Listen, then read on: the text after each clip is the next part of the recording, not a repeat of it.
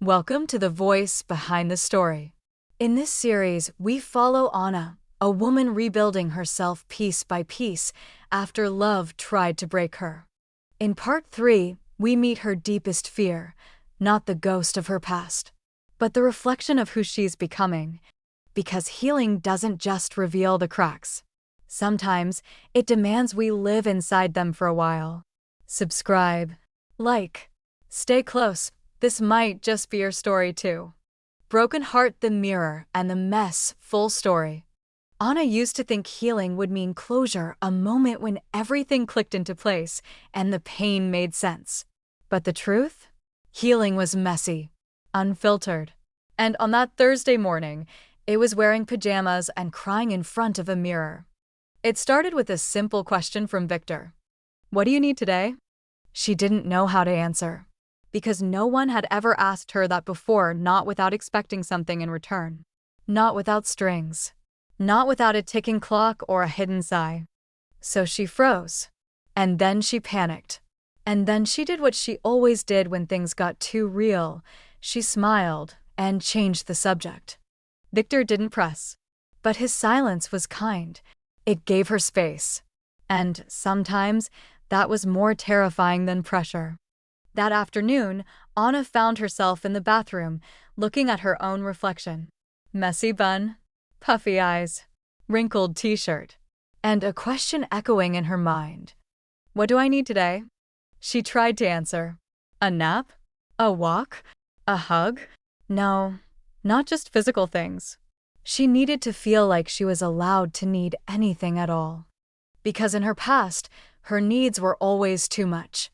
Too emotional, too inconvenient, too dramatic.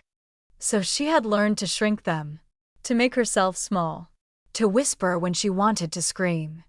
And now she didn't know how to speak her truth out loud.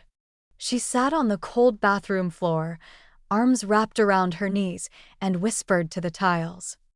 I don't want to be scared of my own voice anymore. That evening, Victor made soup. Again, not because she asked, but because he noticed she hadn't eaten much all day. He placed the bowl in front of her and said, "You don't have to talk. Just eat. I've got you."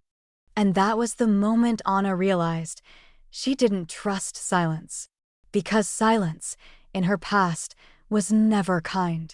It was the silence before shouting, the silence before abandonment, the silence that punished. But Victor's silence wasn't empty. It was full of patience, full of presence.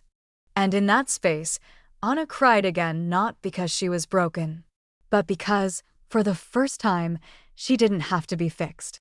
She could be messy, uncertain, hungry, and still worthy. Later that night, Victor handed her a small notebook. The cover read, "Say it anyway." Inside, the pages were blank. Write whatever you want. No one will read it. Not even me. Unless you want me to. Anna held it like it might explode in her hands, because the last time she kept a journal, it was used against her. Twisted, mocked, turned into a weapon. But Victor, he didn't ask her to be poetic. He just offered her a place to be honest. That night, she wrote her name. Just her name. Over and over. As if claiming herself, one letter at a time. The next morning, Anna stood in front of the mirror again. Still in pajamas. Still puffy-eyed. But something was different. She looked at herself and whispered, "I'm not a burden." Not yet a roar. But no longer a whisper. And for Anna, that was enough. Don't forget to like, subscribe, and turn on notifications, because what you'll hear next might just be your story too.